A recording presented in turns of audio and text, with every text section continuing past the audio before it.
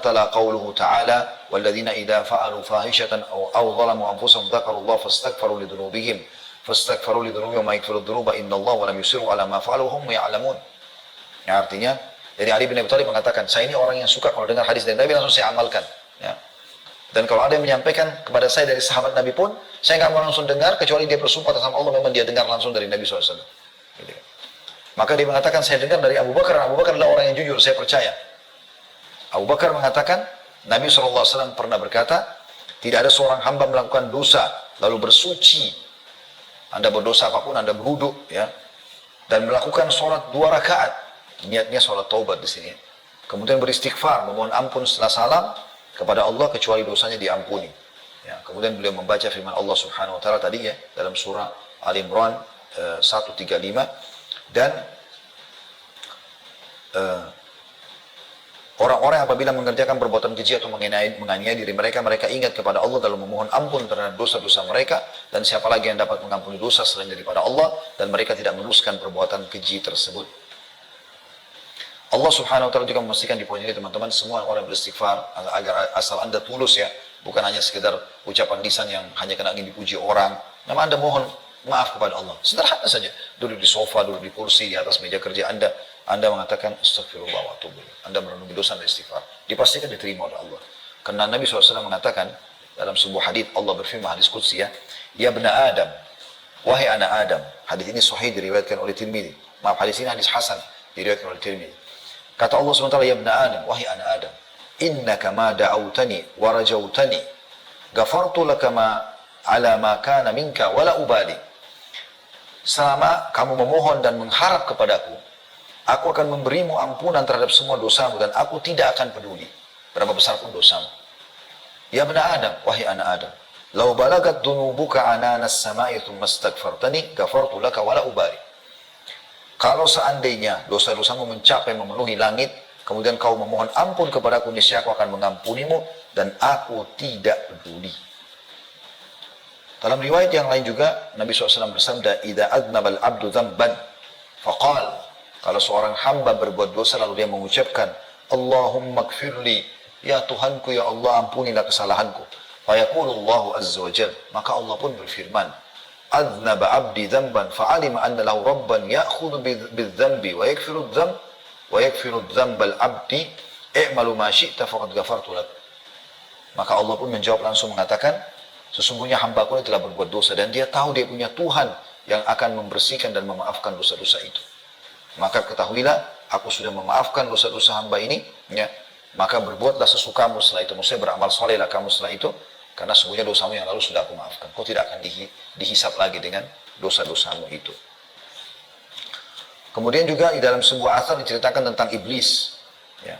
Dia mengatakan pada saat Allah Subhanahu wa taala melaknatnya karena dia nggak mau sujud kepada Adam, dia mengatakan, wahai Rabbku, dia mengakui Allah sebagai Tuhannya, wahai penciptaku, demi keperkasaanmu, aku akan menipu anak Adam selama ruh-ruh mereka masih di badan mereka. Aku akan terus goda mereka supaya mereka tersesat. Maka Allah berfirman, wa izzati wa jalali la akfiranna lahum ma damu yastaghfirunani. Demi keperkasaan dan keagunganku, aku benar-benar akan mengampuni mereka selama mereka memohon ampun kepadaku. Jadi iblis memastikan dia akan coba menggoda. Kita tahu godaan iblis sangat berat. Syaitan sering menggoda kita segala macam dosa, gitu kan. Kalau orang terjerumus pun, Allah mengatakan, kalau kau berhasil menggoda hamba-hambaku dan mereka beristighfar kepadaku, aku tetap akan memaafkan kesalahan mereka. Jadi luar biasa dibersihkannya dosa-dosa tersebut. Hudzaifah bin Yaman radhiyallahu anhu berkata, saya adalah seorang yang berlidah tajam pada keluargaku. Maka saya berkata, wahai Rasulullah, saya khawatir lidahku akan memasukkanku dalam api neraka. Lalu Nabi SAW bersabda, fa'aina anta min istighfar, fa'inni la astaghfirullah fil yawmi mi'ata marrah. Mana kamu dari istighfar? Sungguhnya aku beristighfar kepada Allah dalam sehari 100 kali. Hadis riwayat An-Nasai, Ibnu Majah dan Al-Hakim, dan dikatakan sahih sesuai dengan syarat Imam Muslim. Ya, jadi itu luar biasa. Bagaimana Allah Subhanahu wa taala memaafkan kesalahan-kesalahan dengan istighfar. Begitu juga dengan hadits Abu Sa'id radhiyallahu anhu, bahwasanya Rasulullah SAW bersabda, man qala hina ya'wi ila firashi, siapa yang membaca atau mengucapkan pada saat dia tidur di atas ranjang yang mau istirahat malam, astaghfirullahal azim alladzi la ilaha illa huwal hayyul qayyum wa atubu ilaih 3 marrat ghafarallahu lahu dzunubah. Sampai membaca pada saat mau tidur, aku beristighfar kepada Allah yang Maha Agung yang tidak ada Tuhan yang berhak disembah kecuali Dia yang maha hidup dan terus-menerus mengurus makhluknya, dan aku taubat kepadanya. 3 kali dia ucapkan. Astaghfirullahaladzim alladzi la ilaha illa huwal hayyul qayyum wa atubu ilaih. Astaghfirullahaladzim alladzi la ilaha illa huwal hayyul qayyum wa atubu ilaih. Astaghfirullahaladzim alladzi la ilaha illa huwal hayyul qayyum wa atubu ilaih. Maka dibersihkan semua dosa-dosanya yang lalu. Wa in kanat mithla zabadil bahr, bahkan walaupun dosanya sebanyak buih di lautan. Wa in kanat adada warakis syajar, walaupun sejumlah daun-daun pohon dosanya. Wa in kanat adada ramlil alij, walaupun sebanyak hitungan pasir. Wa in kanat adada ayyamid dunya, walaupun sebanyak hari-hari dunia. Hadis ini riwayat Tirmidzi dan diriwayatkan juga oleh Bukhari dalam tarikh dan dengan lafaz yang berbeda. Ya. Jadi ini luar biasa. Jangan luputkan ini teman-teman, setiap mau tidur malam hari baca 3 kali, tidak mengambil waktu. Astaghfirullahaladzim alladzi la ilaha illa huwal hayyul qayyum wa atubu ilaih. Diampuni dosanya, perhatikan lafaznya kata Nabi SAW. Diampuni dosanya, kalau dia baca 3 kali. Walaupun sebanyak buih di lautan, walaupun sebanyak jumlah daun-daun pohon, walaupun sebanyak pasir, butiran pasir, walaupun juga sebanyak hari-hari dunia. Itu luar biasa. Hanya dengan 3 kali kita ucapkan.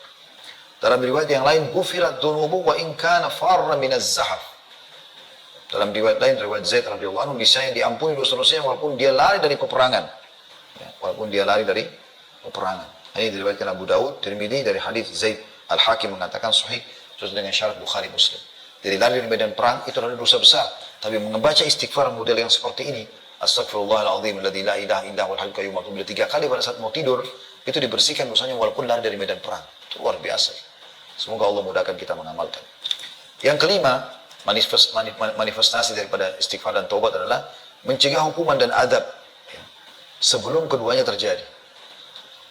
Al-Hasan Basri berkata rahimahullah, "Wahai anak Adam, meninggalkan dosa lebih ringan bagimu daripada engkau mencari taubat." Maka harus kita berhati-hati tentunya. Tapi Allah Subhanahu wa taala memastikan kalau orang masih terus beristighfar, hukuman Allah itu masih tertunda. Kapan mereka berhenti beristighfar, pada saat mereka berbuat dosa, maka hukuman Allah terjadi pada mereka.